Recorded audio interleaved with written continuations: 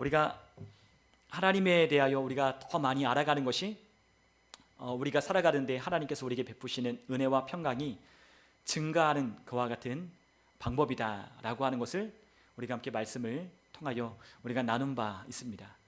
우리의 삶 가운데 하나님의 은혜가 어떻게 증가하고 우리의 삶 가운데 어떻게 하나님의 평안이 넘치게 되느냐, 그것은 하나님을 알아갈 때 가능하다라고 우리에게 말씀하셨습니다. 그러므로 우리가 하나님을 알아갈 때 우리가 그 하나님을 어떻게 알아가냐, 그 하나님의 성품과 본성에 관한 것을 우리가 알아가는 것이라는 것을 우리가 생각하셨으면 좋겠습니다.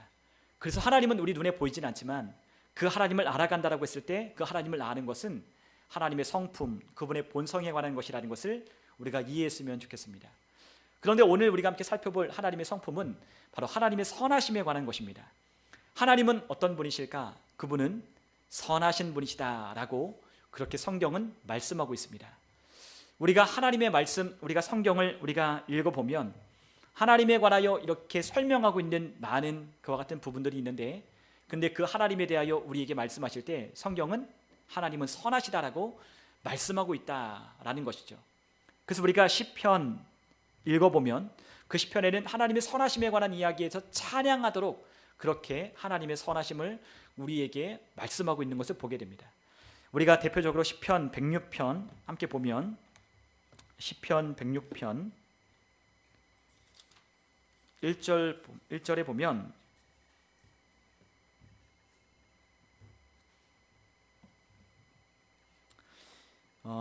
이렇게 시편의 기자는 고백하고 있는데 찾으신 분들은 함께 읽어보도록 하겠습니다.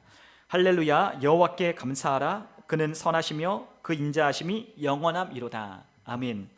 하나님은 어떤 분이실까? 그분은 선하시며 인자하신 하나님이시다 라고 그렇게 말씀하고 있습니다.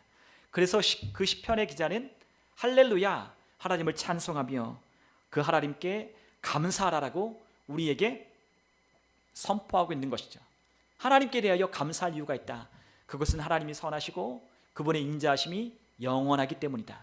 그러므로 우리는 하나님의 선하심이 우리의 어떠한 행위에 근거하여 하나님의 선하심을 베푸시는 것이 아니라, 하나님은 어쩔 때는 하나님은 이렇게 하시고 또한 저렇게 하시는 것이 아니라 그 하나님은 선하신데 그 하나님의 선하심은 영원하다라고 하는 것을 우리가 기억해야 한다는 것입니다. 그래서 우리가 하나님의 선하심을 우리가 생각할 때 내가 이렇게 하면 하나님은 선하시지 않을까? 내가 이렇게 했으니까 하나님은 선하심으로 나의 삶 가운데 나타나야 되시지 않을까? 라고 생각하고 있다면 우리는 잘못 생각하고 있는 것입니다. 왜냐하면 하나님의 선하심은 우리의 행위나 우리의 노력이나 우리의 그 무엇과도 하나님의 선하심과는 상관이 없기 때문에 그래요. 하나님은 그냥 그분의 본성이자 그분의 성품이 선하시기 때문에 그 선하심을 모든 사람에게 나타나실 뿐인 겁니다. 그러므로 우리가 하나님의 말씀을 읽을 때 우리가 이 말씀을 어떻게 읽어야 하냐? 하나님의 선하신 성품이 이 성경 가운데 반영되어 있고 또한 하나님이 행하시는 그 모든 행하심 가운데 반영되어 있다라고 하는 것을 우리가 생각해야 한다는 거죠. 우리가 로마서 2장에 보면 우리가 이 선하심과 인자하심이 하나님께서 어떻게 우리 가운데 주셨는지에 대하여 잘 말씀하고 있는 그와 같은 말씀이 있습니다. 우리가 로마서 2장 2절로부터 4절까지를 보면 그 말씀이 이렇게 되어 있습니다. 이런 일을 행하는 자에게 하나님의 심판이 진리대로 되는 줄 우리가 아노라 라고 말씀하며 3절부터 이런 일을 행하는 자를 판단하고도 같은 일을 행하는 사람아, 내가 하나님의 심판을 피할 줄로 생각하느냐 라고 그렇게 준엄하신 하나님의 말씀을 우리에게 말씀하고 있어요. 그런데 4절에 보니까 뭐라고 하시냐, 이렇게 말씀하고 계십니다. 우리 한번 4절에 있는 말씀을 같이 한번 읽어보겠습니다. 혹 내가 하나님의 인자하심이 너를 인도하여 회개하게 하심을 알지 못하여 그의 인자하심과 용납하심과 길이 참으심이 풍성함을 멸시하느냐. 아멘. 자, 하나님께서 우리를 회개케 하고 돌이키게 하시는 하나님의 방법이 있는데 그것은 우리를 하나님의 심판과 지옥으로 우리를 벌하신다라고 하는 것을 통하여 우리를 돌이키고 회개케 하시는 것이 아니라는 것을 우리에게 잘 보여주고 있어요. 저도 어렸을 때 교회에 가면 항상 그와 같은 것이 레파토리가 있는데 어떤 레파토리냐면 지옥에 관한 영화나 그리고 심판에 관한 두려움을 가져다 주는, 아니면 지금은 별로 그런 건 없지만 예전에는 그 말세라고 하는 그 세기말적인 그와 같은 분위기 속에서 그 휴거에 관한 내용들을 참 많이 영화를 통해서 보여줬습니다.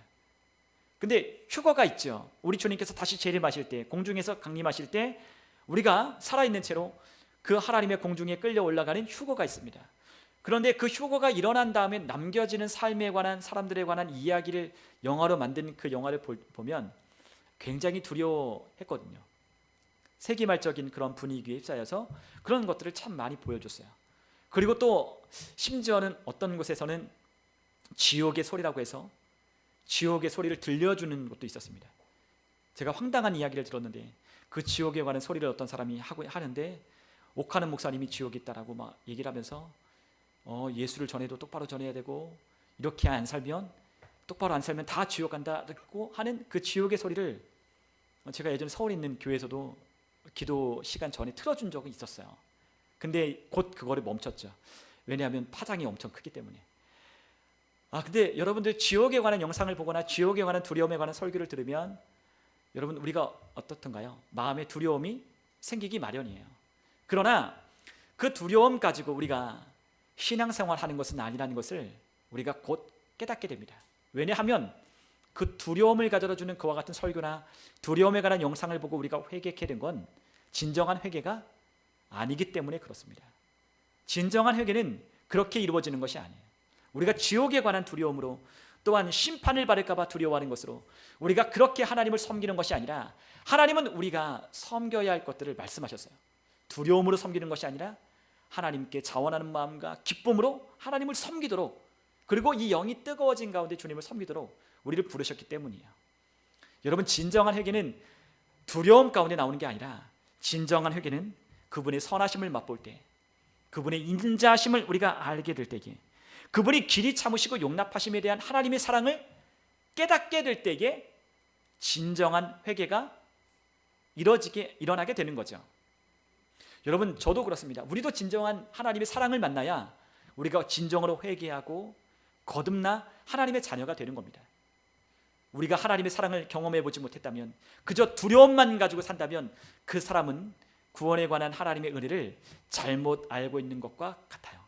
진정한 회개는 4절에 말씀하는 것처럼 하나님의 인자하심이 너를 인도하여 회개하게 하심을 알지 못하느냐라고 말씀하신 것처럼, 하나님의 인자하심과 그분의 선하심, 우리의 어떠함과 상관없이 우리가 죄 가운데 있는 우리라 할지라도, 우리가 하나님 앞에 또 넘어지고 실수한다 할지라도 그분의 사랑이, 우리의 죄를 덮고도 남을 만한 그 사랑이 강력하다는 것, 그리고 그 사랑이 영원히 변치 않는다는 그와 같은 진리를 통하여 우리가 돌이켜 회개하여 하나님 앞에 서게 되는 겁니다. 우리가 탕자의 비유를 통해서 우리가 알 수 있듯이, 탕자가 그 아버지의 사랑, 그 아버지께로 돌이켜 올 때 그가 아버지가 무서워서 돌아온 게 아니라 아버지의 집에 가면 풍족하고, 아버지의 집에 가면 아버지가 날 맞이할 줄 거라고 하는 믿음이 있었기 때문에 그가 돌이켜 아버지께로 갔게 됐던 거죠. 그러므로 하나님께 진정으로 우리가 회개하고 돌이킬 수 있는 것은 하나님의 사랑과 그분의 사랑으로 나온 인자하심과 선하심 때문이라는 걸 오늘 성경이 분명히 우리에게 말씀하고 있는 겁니다. 물론 심판이 있습니다. 물론 저 영원한 하나님의 우리에게 베푸신 그 하나님께로 나올 수 있는 유일한 길을 거부하고 거절하여 영원한 심판, 지옥의 불못이 기다리고 있습니다. 그러나 우리 주님께서 우리를 말씀하시고 우리를 또한 돌이키게 하시고 하나님 나라로 인도하신 그 예수님은 우리를 심판하러 오신 분이 아니라고 성경이 분명히 말씀하고 있습니다. 우리 예수님께서, 우리가 요한복음 3장 16절에 보면 우리가 잘 아는 것처럼 하나님이 세상을 이처럼 사랑하사 독생자를 주셨으니 이는 그를 믿는 자마다 멸망치 않고 영생을 얻게 하려 한다. 그러니까 심판을 주려 오신 분이 아니라 그분은 우리에게 뭘 주신다? 영생을 주기 위하여 오신 하나님의 아들이시라는 거죠. 그분이 우리의 죄값을 갚아주셨고, 그분이 우리가 지옥 갈 그 모든 길을 주님께서 막으시고 돌이켜 하나님의 사랑 안으로 인도하여 주는 분이라고 하는 것을 우리에게 말씀하고 있는 거예요. 여러분, 우리가 구약에 보면 하나님의 심판이 있었습니다. 그 하나님의 심판을 한번 생각해 보십시오. 우리가 인류의 대홍수라고 하는 노아의 방주의 사건, 홍수의 사건이 있었잖아요. 지금도 전 세계에 노아의 홍수 같은 그와 같은 설화들이 200나라 넘고는 각각의 다 나라마다 있습니다.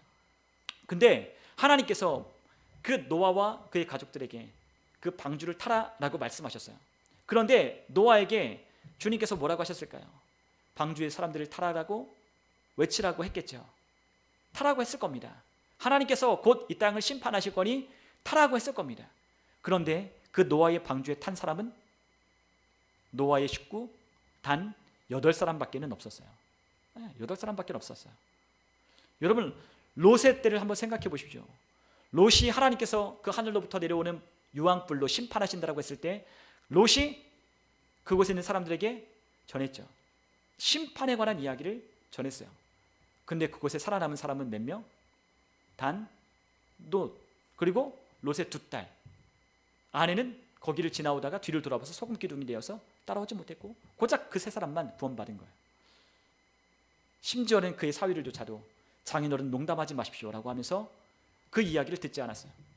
여러분, 심판이 우리를 돌이키고 심판이 우리를 구원하는 것이 아니에요.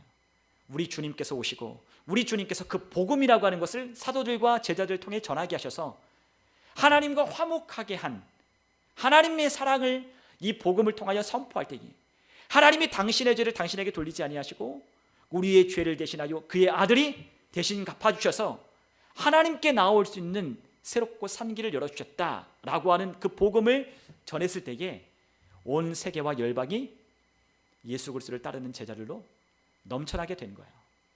여러분, 우리가 그것을 잊어버리면 안 됩니다. 가끔 저도 서울에 저희 아내와 함께 병원에 갈 일이 있어 가는데 서울역에 내리면 엄청 혼란스러운 거 아시죠? 서울역에 가면 내리자마자 사람들이 많은 것도 물론이거니와 그 서울역에 에스컬레이터 내려오고 지하철로 타령하는 그 광장 앞에 수많은 기독교 단체들이 거기 있습니다. 근데 엄청 시끄럽거든요. 근데 그 시끄러움이 어떤 시끄러움이냐? 기분을 나쁘게, 저도 기독교인이지만 기분이 안 좋을 만큼의 시끄러움으로 거기서 설교를 하고 찬양을 하고 막 그래요. 근데 거기에 커다란 현수막을 가지고 예수, 천국, 불신지옥, 그리고 막 지옥에 불 그려놓고 거기다가 뭐 사람 불타는 장면을 막 이렇게 그려놓고 있습니다. 예, 물론 지옥이 있고 심판이 있습니다. 그러나 그렇게 해서 사람이 돌아오는 것이 아니라는 거예요. 여러분, 감정에 잠깐 휘둘려서 우리가 눈물 조금 흘리고 회개한 것처럼 보일 수는 있습니다. 그러나 우리가 구원받을 때를 생각해 보십시오. 우리가 왜 하나님 앞에 굴복하고 왜 하나님 앞에 우리가 눈물을 흘리며 우리의 지나간 우리의 죄를 회개하고 돌이켰는가? 그것은 하나님의 사랑 때문이었어요. 그분이 우리를 용서하여 주시고 그분의 사랑으로 우리를 용납하여 주신다라고 하는 그 복음 때문에 우리가 하나님 앞에 돌이켜오게 된 거죠. 우리는 하나님의 선하심 때문에 하나님 앞에 서 있는 하나님의 자녀들입니다. 우리는 하나님의 심판 때문에 여기 있는 것이 아니라 하나님의 사랑과 그분의 선하심 때문에 이 자리에 와 있는 거예요. 여러분, 이 선하심은 굉장히 우리의 삶 가운데 중요해요. 왜냐하면 이 하나님의 선하심 때문에 우리가 하나님의 은혜를 누리고 또한 하나님의 능력에 우리가 접근할 수 있기 때문에 그렇습니다. 저도 가끔 사역을 해보면 굉장히 그런 걸 많이 느꼈거든요. 뭘 많이 느끼냐? 그러니까 우리 성도들을 정말로 하나님께서 믿음으로 성장하게 하고 또한 각각의 삶에서 하나님이 주시는 은혜를 맛보면 너무나 좋겠다라고 생각이 들어요. 그래서 기도도 하고 많이 또 그렇게 하나님의 은혜를 경험하도록 그렇게 구하기도 합니다. 그런데 가끔 그렇지 못할 때 가끔 그러한 생각이 들 때가 있어요. 내가 너무 부족해서 그런가? 아니면 내가 하나님 앞에 잘 보이지 못해서 그런가? 그러한 생각을 할 때가 있다고요. 근데 하나님께서는 저의 어떠함과는 상관없이, 물론 하나님의 말씀을 잘 가르치는 건 굉장히 중요합니다. 하나님의 말씀을 잘 이해하고 알아듣게끔 가르치는 게 그렇기 때문에 굉장히 중요한 건데, 그러나 저의 어떠함 때문에, 저의 어떠한 모습 때문에 하나님이 더 많은 능력을 베푸시거나 안 베푸시거나 하시지는 않는다는 거예요. 예전에, 지금도 그렇지만 우리가 성도님들을 위해서 기도할 때, 성도님들 위해 기도할 때 가끔 안 나오면 어떨까 그런 생각을 하게 되잖아요. 근데 그 안 나을까봐 라고 하는, 안 나오면 어쩔까라고 하는 그런 생각이 들 때는 언제냐면 그런 때요. 제가 오늘 하루가 하나님 보시기에, 물론 하나님 보시기에가 아니죠, 누가 보기에, 내 자신이 생각하고 판단하기에 그렇게 만족스러운 삶이 아니었다. 그럴 때는 누군가가 기도를 부탁하는 게 굉장히 어렵고 힘들어요. 그래서 기도할 때도 벌써 이렇게 내가 지금 오늘 내 상태가 별로 안 좋은데 기도한다고 해서 하나님 들어주거나 응답하실까? 라는 생각을 가질 때가 있어요. 근데 기도뿐이 아니죠. 뭐도 있어요? 말씀을 전하는 때도 마찬가지예요. 말씀을 전하는 때 한 주일의 삶을 비추어 볼 때 오늘 하나님 앞에 내가 한 주일 정말로 잘 살았으면 말씀을 전하러 딱 강단에 섰을 때 오늘 하나님이 일하실 거야 라고 그렇게 생각할 때가 있다고요. 근데 어떠한 때는 그렇게 한 주일의 삶이 그렇게 제가 생각하고 판단하기에 좋은 삶 같지 않으면 막 복잡하고 그리고 분주하고 기도도 많이 못하고 그리고 마음도 평안하지 않을 때 말씀을 전할 올라오면 하나님이 일하시지 않을 것만 같은 그런 생각을 많이 하게 됐어요. 그러니까 결론이 뭐냐? 내 어떠한 사역, 내가 어떠한 하나님의 일을 하는 데 있어서 하나님께서 어떠한 능력을 나타내시고 하나님이 일하시는 데 있어서 나의 어떠한 그와 같은 삶의 어떠한 자리가 굉장한 어떠한 판단의 기준이 되는 것을 많이 느껴왔다는 거죠. 그런데 하나님께서 말씀하십니다. 너를 통하여 하나님의 아들 예수 그리스도가 나타나게 되는 데에는 너가 어떠한 것과는 상관이 없다라는 거예요. 여러분, 하나님의 선하심이 나타나는 건 우리가 잘 살고 못 살고에 근거하여 하나님의 선하심이 나타내고 안 나타내는 게 아니에요. 그런데 우리는 어떻게 생각하냐? 우리가 꽤 괜찮게 살고 하나님 앞에 꽤 많이 드리면 하나님이 나의 기도에 응답하시거나 나에게 좋은 것을 주실 거라고 생각을 한다는 거죠. 그러니까 모든 판단의 기준에 하나님께 있는 것이 아니라 누구에게 있냐? 나에게 있는 거예요. 그러니까 내가 판단하는 거죠. 내가 나의 삶을 판단하고 내가 나라고 하는 어떤 기준을 세워서 내가 오늘 어떠했는가, 내가 어떻게 됐는가, 또 그 사람이 어떠한가를 판단하여 뭔가를 진행해야 하는 겁니다. 그런데 하나님께서는 그렇지 않다는 거예요. 하나님의 선하심을 나타내는 것과 우리의 삶과는 상관이 없다는 거예요. 하나님이 우리에게 은혜를 베푸시는 것과 우리의 삶과는 상관이 없다는 거예요. 왜냐하면 하나님이 우리의 삶의 근거에서 하나님의 선하심을 베푸시는 것이 아니라 하나님의 아들 예수 그리스도 때문에 우리에게 하나님의 선하심과 은혜를 베풀어 주시기 때문에 그러한 거죠. 그렇기 때문에 우리의 능력으로 누군가에게 어떠한 능력이 나타나지 않았다고 해서 나 때문이라고 자책할 필요가 없는 거예요. 여러분, 사실은 그 사람 각각의 문제입니다. 우리가 기도했을 때 물론 기도하는 사람의 믿음이 중요해요. 그리고 또한 그 기도를 받는 사람의 뭐가 중요하냐? 믿음이 중요합니다. 그 사람이 오늘 어떻게 살았는지 뭐했는지 그거 상관이 없어요. 왜냐하면 우리가 예수님을 만났던 수많은 사람들의 이야기를 우리가 성경을 통해 만나게 되는데 그 사람들의 과거가 어떠했느냐가 예수님이 그들에게 은혜를 베푸시고 치유하시고 그들에게 새 생명을 주는 것과는 전혀 상관이 없었기 때문이에요. 하물며 죄를 짓는 창녀까지도 예수님은 그 여인에게 새로운 삶을 주시고 또한 그 여인에게 은혜를 베풀어 주셨어요. 여러분, 수가성에 있는 여인의 이야기를 들어보십시오. 그 여인의 삶이 어땠나요? 그 여인의 삶은 기구한 운명처럼 수많은 죄를 범하고 수많은 다른 사람들에게 손가락질 받으며 살아가는 인생이었어요.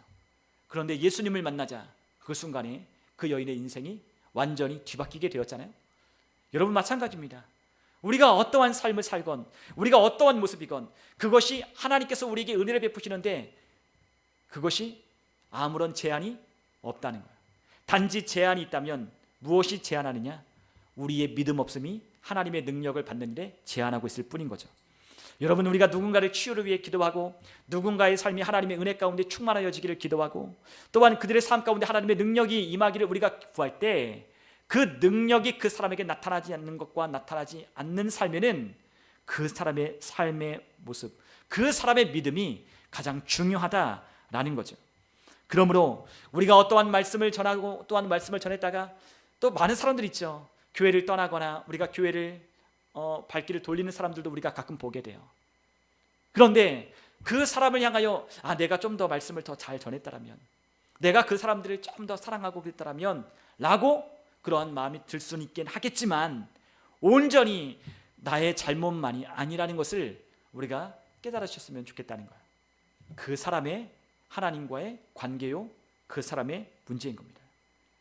말씀을 전하고 우리는 그들에게 하나님의 말씀을 통하여 삶의 승리를 어떻게 가져가는지 그리고 어떻게 하나님의 은혜를 우리가 얻게 되는지를 우리가 나누어주고 가르쳤다면 그에 대한 책임은 그 사람에게 있는 거예요.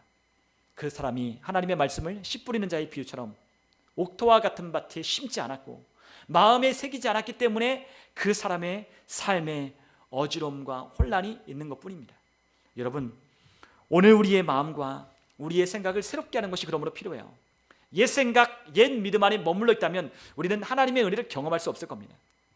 예전의 생각으로 하나님을 판단하고 하나님의 말씀 안에 우리가 그럴 거야, 하나님은 이러하실 거야, 우리의 생각으로 하나님을 판단하고 우리의 기준으로 하나님을 바라본다면 우리는 절대로 하나님의 은혜를 경험할 수 없을 거예요. 그러므로 우리가 뭐가 필요하냐? 하나님의 성품과 그분의 본성을 이해하고 알아가는 것이 우리 가운데 중요한 겁니다. 그렇기 때문에 하나님은 우리에게 말씀하십니다. 우리가 뭘 하고 그것에 하나님은 중점을 두시는 것이 아니라 우리 하나님은 우리에게 말씀한 것처럼 여호와를 힘써 알라, 그분을 힘써 알라라고 말씀하신 것처럼 내 백성이 지식이 없으므로 망한다 라고 말씀하신 그 지식은 하나님의 성품과 본성에 관한 것인데 그분을 알지 못함으로, 그분이 어떠한 분이신지를 알지 못함으로 그들의 삶 가운데 그러한 문제가 있는 것뿐이라는 것을 우리가 생각하셨으면 좋겠어요. 그러므로 예수님께서는 마태복음 11장 15절에 이와 같이 말씀하셨습니다. 우리 한번 마태복음 11장 15절에 있는 말씀을 우리 같이 한번 읽어보겠습니다. 마태복음 11장 15절 함께 읽겠습니다. 귀 있는 자는 들을지어다. 아멘. 예수님이 말씀하십니다. 귀 있는 자는 들을지어다. 우리가 요한계시록에서 보면 그 소아시아에 있는 7교회에게 성령께서 편지하실 때, 예수님께서 그들에게 편지하실 때 그 교회들마다 말씀하십니다. 귀 있는 자는 들을지어다. 성령이 교회들에게 하시는 말씀을 어떻게 하라? 들을지어다. 그러니까 누구의 책임이라고 하는 거예요? 듣는 사람의 책임이라고 말씀하시는 겁니다. 예수님 당시에 예수님께서 다니시며 말씀을 전하시고 기적을 해가실 때 수많은 사람들이 예수님의 기적을 보고 예수님의 말씀을 들었습니다. 그러나 어떤 사람은 치유도 받지 못하고 예수님을 배척했습니다. 예수님을 십자가에 못 박았습니다. 그러므로 예수님은 그 모든 책임이 누구에게 있느냐? 예수님께 있는 것이 아니라 그 말씀을 전하여 듣는 자의 책임이라고 우리에게 분명히 말씀하고 있는 거야. 우리는 누군가에게 그 책임을 돌리기를 좋아해요. 누구 때문이라 우리가 말하기를 좋아합니다. 그러나 우리 주님은 그렇지 않으십니다. 우리 각각의 사람이 책임이 있다라고 우리에게 말씀하시는 거예요. 오늘 우리가 하나님의 말씀을 듣고 우리의 마음을 어떻게 하느냐에 따라서 우리가 우리의 사고방식과 우리가 믿고 있는 우리의 옛 믿음을 우리가 고수하는 한, 그러므로 우리 가운데 은혜는 있을 수가 없는 거죠. 그러므로 뭐가 필요하냐? 날마다 하나님의 말씀으로 우리의 생각과 마음을 새롭게 하는 것이 필요한 거예요. 들을 귀 있는 자는 들을지어다 라고 말씀하신 것처럼 들을 귀를 열고 마음을 열어 하나님의 말씀을 우리가 있는 그대로 받아들이기만 한다면, 그 말씀을 깨닫기만 한다면 우리의 삶 가운데 그 듣는 말씀을 통하여 우리 안에 그 신비에 새겨진 그 말씀을 통하여 하나님의 역사가 우리 가운데 충만하게 나타나게 될 것입니다. 그러므로 우리에게 때로는 사역을 하는 사람들에게 때로는 많은 무거움과 책임감이 따라요. 저도 많은 책임감을 느끼고 부담감을 느끼고, 또한 우리가 셀 리더분들도 그런 책임감을 느낄 겁니다. 우리가 맡은 영혼들에 대한 책임을 느낄 거예요. 그러나 우리가 그 책임을 느낄 때 우리가 금식하며 우리가 기도하고 우리가 옳은 일을 행했기 때문에 하나님께서 나의 기도와 바람을 들어주셔서 우리 가운데 역사하시는 것이 아니라, 우리가 계속해서 내가 하나님 앞에 잘하면 하나님께서 나의 기도를 들으시고 하나님께서 그렇게 하실 거야 라고 생각한다면 절대로 하나님의 은혜를 경험할 수 없다는 걸 우리가 기억하셨으면 좋겠어요. 그렇다면 우리가 뭘 해야 되냐? 온전히 하나님께서 역사하시고 일하시는 것은 그의 아들 때문이라는 걸 우리가 기억하고 그분의 능력을 힘입어서 그분을 의지하여서 우리에게 맡겨주신 사명을 감당하는 것이 필요한 거죠. 우린 예수님께 연결되어 있어야 됩니다. 예수님과 연결되지 않으면 우리는 하나님의 일을 할 수 없는 거죠. 하나님의 기름 부어주심도 우리의 어떠한 태도나 우리의 어떤 그 모습이 아니라, 오늘 우리가 하나님 앞에 기름 부음을 받게 되는 하나님의 약속에 근거하여 우리가 하나님의 말씀을 붙든다면, 믿는다면, 그 말씀하신 대로 하나님께서 구하는 자에게 성령을 더 부어주시겠다라고 말씀하신 하나님의 말씀에 근거하여 그 약속을 붙든다면, 믿기만 한다면 하나님은 그 믿음에 따라 약속에 따라 일하신다는 걸 우리가 기억하셨으면 좋겠습니다. 그러나 아이러니하게도 이렇게 하나님의 선하심에 근거하여 생각하는 사람들이 많지 않다는 것이 문제입니다. 많은 사람들이 어떻게 생각하냐? 자신의 모습을 통하여 하나님의 일을 이루시는지 안 이루시는지를 판단한다는 거죠. 여러분, 만약에 계속해서 우리의 선함, 우리의 거룩함, 내가 거룩하기 때문에 하나님이 일하실 거야, 내가 하나님 앞에 선하게 행했기 때문에 하나님이 하나님의 선하심을 나타내실 거야, 내가 기도 열심히 했기 때문에 하나님이 기도에 응답하실 거야 라고 생각하고 있다면, 여러분, 기도 많이 하는 게 문제가 아닙니다. 기도 많이 해야 됩니다.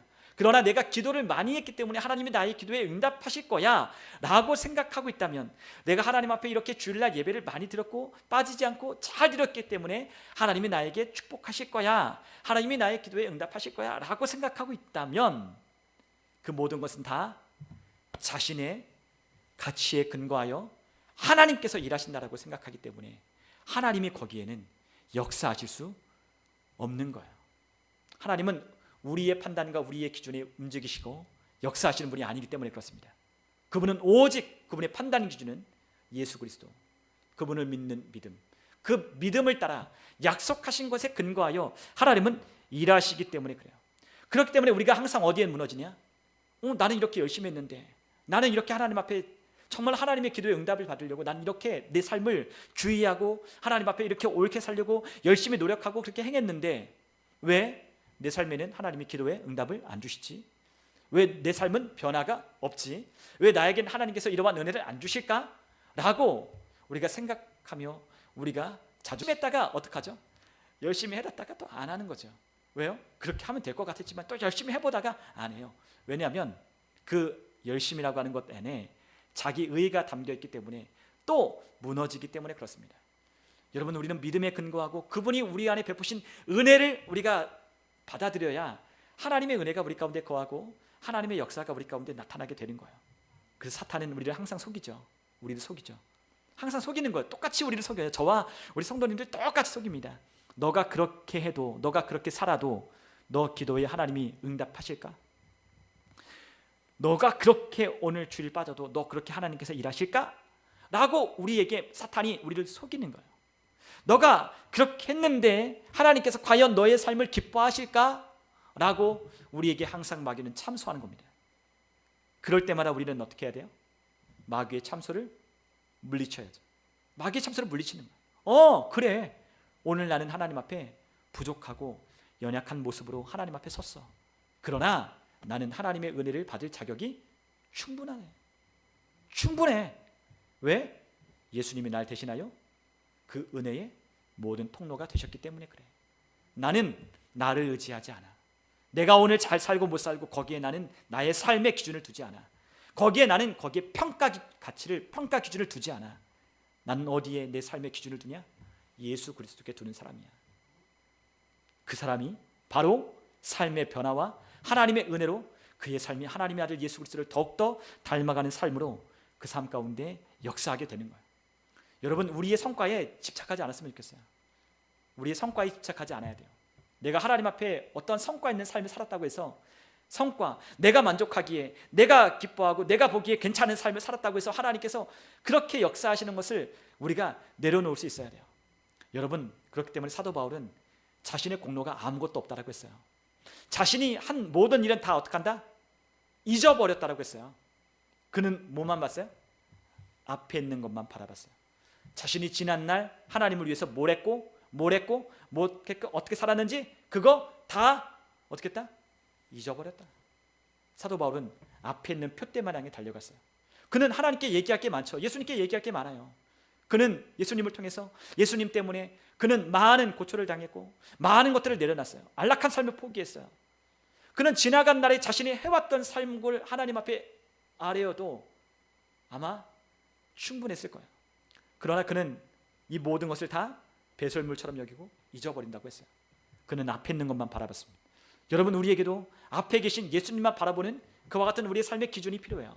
우리에게 오직 내가 어떻게 했는지, 내가 잘했는지, 내가 헌금을 많이 했는지, 내가 열심히 일했는지, 뭘 했는지, 기도 얼마나 했는지, 몇 시간을 했는지 거기에 집중하는 게 아니라 앞에 있는 표대이신 예수 그리스도께 집중하는 그분만 보이는 우리의 삶, 저의 삶이, 여러분들의 삶이 되셨으면 좋겠습니다. 그러므로 우리의 삶에 어디에 우리가 기초해야 되냐? 약속에 근거해야 돼요. 약속. 어디에? 하나님의 약속에 근거해야 되는 겁니다. 우리는 하나님의 약속에 근거해야 되지 우리의 어떠함에 근거해서는 안 된다는 거예요. 우리의 죄를 사하여 주는 것도 예수님 때문에 사하여 주는 거죠. 우리가 열심히 회개하고 눈물을 흘리고 기도했다고 하나님이 우리의 죄를 용서해 주나요? 아니죠.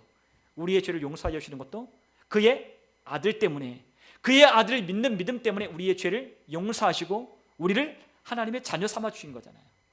우리가 그것을 믿었기 때문에, 하나님의 아들이 우리의 죄 때문에 십자가를 달려 죽으시고 다시 장사되어 죽은 지 3일 만에 부활하셨기 때문에, 우리가 그 사실을 우리가 믿음으로 받아들였기 때문에 하나님이 우리의 죄를 용서하시고 우리를 하나님 앞에 은혜 받을 자격을 갖춘 자로 하나님 앞에 서게 하시는 거예요.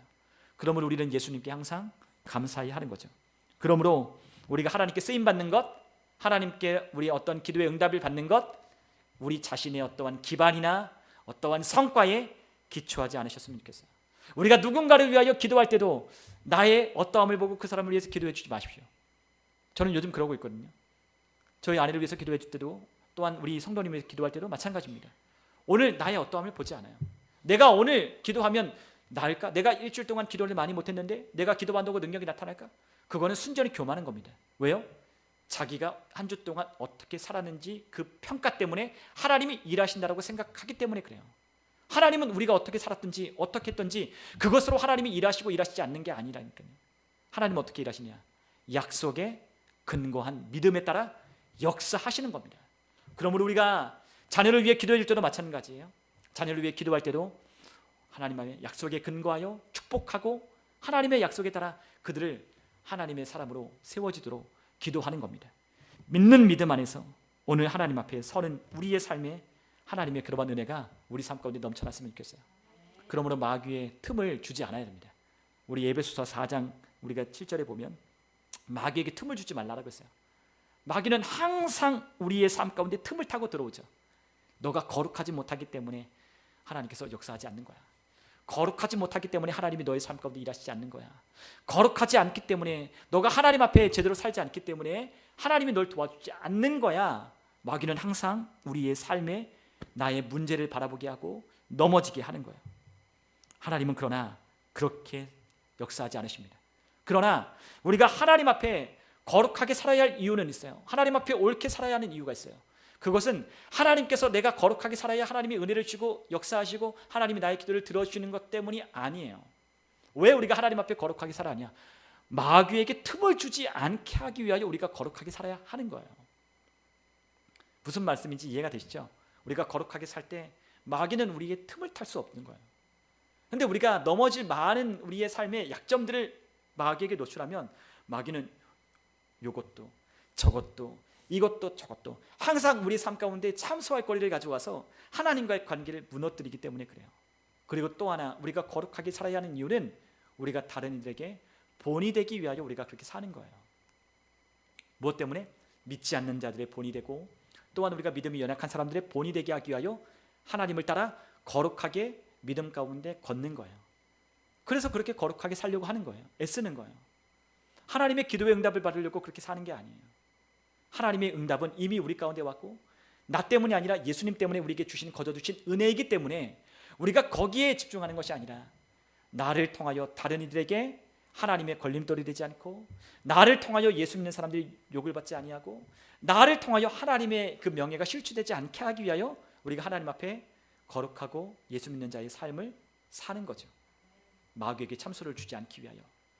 그리고 또한 다른 사람들이 보기에 우리의 삶이 그리스도인이라 하면서 그렇게 살지 못하는 우리의 삶이 그들의 빌미가 되고, 또한 그들의 흉을 보게 되고 하나님의 이름을 더럽히는 그와 같은 삶이 되지 않게 하기 위하여 우리가 거룩하게 사는 겁니다. 그러므로 저도 이제 버렸어요. 뭘 버렸냐? 제 성과와 제 어떤 노력에 하나님께서 역사하시고 역사 안 하시고에 대한 것들을 저도 버렸어요. 우리도 그러야 됩니다.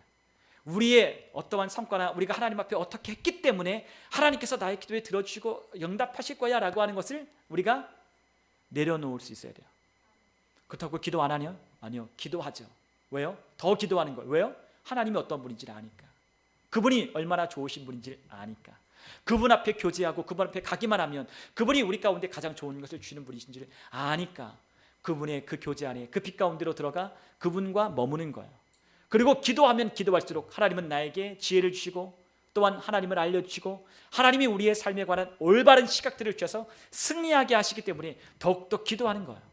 그리고 왜 우리가 거룩하게 산다고요? 다른 사람의 본이 되고 하나님의 기쁨이 되며 또한 우리의 삶이 마귀가 틈을 주지 못하게 하는 삶이 되게 하기 위하여, 즉 나의 삶을 가지고 마귀가 공격할 건덕지를 주지 않게 하기 위하여 우리가 하나님 앞에 그렇게 살아가게 되는 겁니다. 여러분, 그렇기 때문에 오늘 우리가 함께 읽은 고린도 후서 12장 우리 9절에 보니까 나에게 이르시기를 내 은혜가 내게 족하도다. 이는 내 능력이 약한 데서 온전하여 짐이라 라고 그렇게 말씀하셨습니다. 여러분, 우리 자신의 약함을 인식하고 하나님의 은혜와 거룩함에 대한 진리를 올바르게 우리가 이해했을 때 우리는 우리의 능력으로 하나님이 일하시는 것이 아니라 하나님이 하나님의 은혜에 기반하여 우리의 믿음을 통하여 일하신다는 걸 우리가 깨닫고 하나님을 더욱 신뢰할 수 있는 거예요. 여러분, 우리의 관심이 하나님께 집중돼야 돼요. 하나님께 있어야 돼요. 우리가 하나님의 선하심을 우리가 배우고 이것을 우리가 나누는 것은 결론은 그겁니다. 우리를 보지 않는 거예요. 뭘 보지 않는다? 나 자신을 보지 않는 거예요. 나 자신에게 집중하지 않는 거예요. 누구에게 집중해야 돼요? 우리는 하나님께, 예수 그리스도께 우리는 집중하는 거예요. 그분께 집중해야 돼요. 그분이 어떠한 분이신지, 그분이 어떠한 능력을 가지신 분인지, 그분이 어떻게 일하시고 그분이 어떻게 우리 가운데 은혜를 베푸시는지 우리는 오직 하나님께만 집중하는 겁니다. 자꾸 내 모습을 보고 내가 어떻게 했는지, 내가 어떻게 살았는지 자꾸 나에게 집중하다 보면 우리는 하나님의 은혜에 도달할 수가 없는 거예요. 그래서 우리는 우리의 관심을 좀 내려놔야 돼요. 내가 얼마나 괜찮은 삶을 살았기에 하나님이 우리에게 응답하시고 우리에게 은혜를 베푸시겠어요? 내가 얼마나 괜찮은 사람에게 하나님이 나에게 그러한 구원의 은혜를 베푸시겠어요? 여러분, 이 가운데 있는 사람 중에 괜찮기에 하나님께서 구원의 은혜를 베푸신 사람은 단 한 사람도 없잖아요. 괜찮은 사람이 아무도 없다고요. 왜요? 로마서에 하나님이 말씀하셨습니다. 모든 사람이 죄를 범하였으니 하나님의 영광이 이르지 못하더니, 다 하나님의 기준으로 보기엔 이 세상에 있는 모든 사람들은 다 기준 미달인 거예요. 다 기준에 못 미치는 거예요. 다 죄 아래 있는 사람들이요, 다 하나님을 떠나 죄로 말미암아 심판을 받을 수밖에 없는 사람들이잖아요. 하나님의 기준에 한참 못 미쳐요. 그러나 그 기준을 만족하게 하고 하나님의 은혜를 입게 하는 것은 누구 때문이에요? 예수님.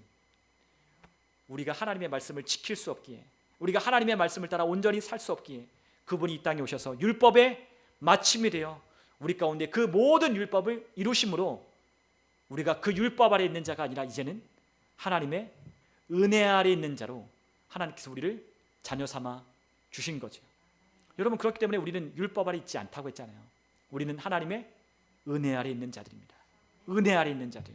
그러므로 사도 바울이 말하는 이 고백이 얼마나 담대한지 몰라요. 내 능력이 약한 데서 어떻다? 완전하여진다.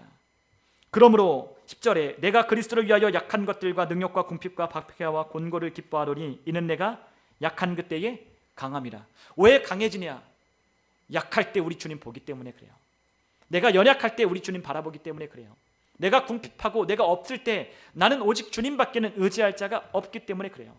여러분, 가끔 아프리카나 아니면 제3세계 같은 그런 나라들에서 이런 치유 집회를 하고 말씀을 집회를 나누면 많은 사람들이 막 치유받는 것들을 우리가 보게 돼요. 네, 많이 봐요. 근데 우리나라도 예전엔 그랬어요. 우리나라도 초창기에 1900년대 초에 막 기독교가 붐이 일고, 그리고 또한 이 기독교가 왕성할 때 50년대 60년대 막 지나올 때는 교회들마다 그런 치유의 역사가 많이 일어났어요. 우리 교회도 물론 있죠. 우리 교회도 그런 치유 역사가 있고 고침받고 우리가 믿음을 행했을 때 하나님께서 고쳐주시는 것들도 있지만 예전에 그런 일들이 정말로 많았다고요. 근데 왜 그런 나라에 그러한 제3세계 가운데 왜 그런 일들이 많냐? 그들에겐 병원이 없어요. 그들에겐 약이 없어요. 그들에게 의지할 수단이 근처에 없어요. 병원에 한 번 가려면 정말로 버스를 타고 차를 타고 한참 걸려서 수도에 가야 거기에 이제 병원이 있고, 그 병원에 가도 수많은 사람들이 대기하고 있기 때문에 제때제때 의료 혜택을 받을 수가 없어요. 그러니까 거의 그냥 말라리아 같은 거 걸리면 약이 없으니까 죽는 거예요. 근데 뭐가 있어요? 복음을 전하고 예수님에 관한 치유의 말씀을 전하고 또한 그와 같은 이야기를 그들에게 전했을 때 그들은 의지할 게 그거밖에 없는 거죠. 하나님의 아들 예수님이 우리의 죄값을 위하여 그분이 십자가를 달려 죽으셔서 우리의 죄로 말미암는 저주, 질병과 고통을 주님께서 해결하셨다는 것을 전파할 때, 선포할 때, 그들이 믿음으로 아멘할 때, 하나님의 말씀을 통하여 그들이 믿게 될 때 역사가 일어나는 거예요. 그럼 우리는 안 믿냐? 믿긴 믿죠. 그런데 우리는 대체할 것들이 많잖아요. 안 되면 병원 가면 되잖아요. 안 되면 약 먹으면 된다라고 생각하니까, 물론 이게 전부는 아니에요. 그렇지만 우리는 많은 대체자가 있어요. 그러나 그들에겐 오직 예수님밖에 없는 거예요. 그렇기 때문에 그곳에 더 많은 치유가 나타나는 거예요. 그들의 심장병, 그들 안에 역사하는 수많은 문제들, 오직 예수님밖에는 의지할 게 없기 때문에 동네 약국이 어디 있어요? 그러니까 거기에 치유의 역사가 나타나는 거예요. 그들이 들을 거는 그거밖에 없는 거예요. 살 길은 그거밖에 없는 거예요. 여러분, 우리도 만약 그렇다면, 우리가 오직 의지하는 것이 하나님밖에 없다면 우리의 삶에 하나님으로 말미암는 놀라운 역사가 더 많이 일어날 거예요. 우리는 너무 많이 분산된 것들이 많아요. 저도 그렇지만 우리에게도 너무나 많아요. 분산된 것들이 참 많아요. 하나님을 의지한다라고 하지만 하나님 의지하지 않는 것들이 너무나 많아요. 하나님을 붙든다고 하지만 우리의 삶에 하나님이 붙드는 것 외에 다른 붙들 것들이 너무나 많아요. 그렇기 때문에 우리 자신의 것들을 내려놓을 필요가 있는 거예요. 오직 주님밖에 없다. 내 약할 때 오직 나를 강하게 하시는 주님밖에 없다는 걸 믿는 그 믿음. 여러분, 그렇기 때문에 우리가 고린도전서 1장에 가면 1장 27절로부터 29절에 하나님께서 사도 바울을 통해 이렇게 말씀하십니다. 27절로부터 보면 이렇게 되어 있습니다. 그러나 하나님께서 세상에 미련한 것들을 택하사 지혜 있는 자들을 부끄럽게 하려 하시고 세상에 약한 것들을 택하사 강한 것들을 부끄럽게 하려 하시며 하나님께서 세상에 천한 것들과 멸시받는 것들과 없는 것들을 택하사 있는 것들을 폐하려 하시나니 이는 아무 육체도 하나님 앞에서 자랑하지 못하게 하려 하심이라. 아멘. 아무도 자랑하지 못하게 약한 자를 들어 쓰시는 거예요. 왜요? 그 사람은 누구밖에 없어요? 하나님밖에는 의지할 자가 없기 때문에. 여러분, 왜 하나님께서 그 하나님밖에 없는 사람을 쓰시고 역사하시느냐? 왜 인생의 밑바닥에 간 사람이 하나님을 왜 이렇게 경험하냐? 꼭 그래야만 되나요? 아니죠. 꼭 그래야만 되는 건 아니에요. 그런 사람을 하나님 쓰시는 건 아니에요. 그러나 왜 그러냐? 그 가운데 하나님밖에는 의지할 자가 없기 때문에 그래요. 광야의 인생을 만나본 사람만이 하나님의 도우심을 받는 거죠. 왜요? 하나님밖에는 의지할 데가 없으니까요. 하나님밖에는 도움이 없으니까. 만약에 우리도 그러하다면, 우리 스스로 할 수 없다는 걸 인정한다면, 우리의 노력이나 우리의 행위로 하나님의 어떠함을 우리가 나타낼 그러한 자격이 없다는 걸 우리가 이해한다면 우리는 하나님을 더욱더 의지하게 되고 나를 믿는 대신 하나님의 아들 예수님을 더욱더 믿을 거예요. 여러분, 하나님의 본성은 우리에게 어떤 일을 하게 하려고 하나님의 본성을 우리에게 가르쳐 주시는 것이 아니에요. 하나님이 우리에게 하나님의 말씀을 통하여 하나님을 알게 하시는 그것은 우리에게 더 많은 일을 시키려고 우리에게 말씀을, 하나님이 어떠한 분이신지 알려주시는 것이 아니잖아요. 우리에게 하나님이 어떠한 분이신지를 알려주시는 것은 무엇 때문이냐? 그분의 어떠하심인 줄 알고 그분 안에서 그 은혜를 누리도록 하기 위하여 하나님이 어떠한 분이신지를 우리에게 말씀하고 있는 거예요. 여러분, 하나님이 우리에게 어떠한 것을 베푸시든, 그것이 기름 부으심이 됐든 성령이든 아니면 우리에게 기도의 응답이든 치유든 어떠한 것이든 우리의 행위에 우리 자신에게서 나는 것에 결코 있지 않다는 걸 오늘 기억하셨으면 좋겠어요. 그 모든 것은 다 무엇 때문이냐? 하나님의 사랑과 그분의 선하심에 근거한 것이기 때문에 우리 가운데 은혜가 있는 거예요. 오늘 저와 여러분들의 삶에 더욱더 하나님의 능력이 많이 나타났으면 좋겠어요. 저와 우리 성도님들과 우리 믿음의 승리교회에 더 많은 하나님의 역사하심이 나타났으면 좋겠어요. 그러려면 우리를 내려놔야 돼요. 그리고 우리가 뭐에 근거해야 된다고요? 하나님이 일하시는 것과 하나님이 역사하시는 것에 뭐에 근거해야 돼요? 하나님의 선하심에 근거하여 믿음을 가지고 우리가 하나님의 능력에 나아가면 좋겠어요. 기도할 때 응답을 받는 것, 그분이 선하셔서 우리의 기도에 믿음을 가지고 나오는 자들마다 응답하여 준다고 하셨기 때문에 응답받는다. 오늘 치유받는 것, 오케이. 오늘 내가 한 주 동안 어떻게 살았는지 비록 하나님 앞에 그렇게 잘 산 것 같진 않지만 누군가가 오늘 아프고 누군가가 우리의 삶 가운데 어려움이 있고 누군가가 나의 도움이 필요하다면 오케이. 내가 그를 위해서 기도해 주리라. 그렇다면 하나님이 역사할 것이다. 왜요? 하나님이 우리에게 선하심으로 우리 가운데 약속하셨기 때문에 나는 그 믿음으로 하나님이 나에게 주시는 그 감동을 사그르지 말고, 그 성령의 우리 안에 감동하여 주시는 것들을 소멸하지 말고 믿음 가지고 함께 기도함으로 하나님의 역사하시는 것들을 보는 저와 여러분들 모든 성도님들 되시기를 주님의 이름으로 축복합니다.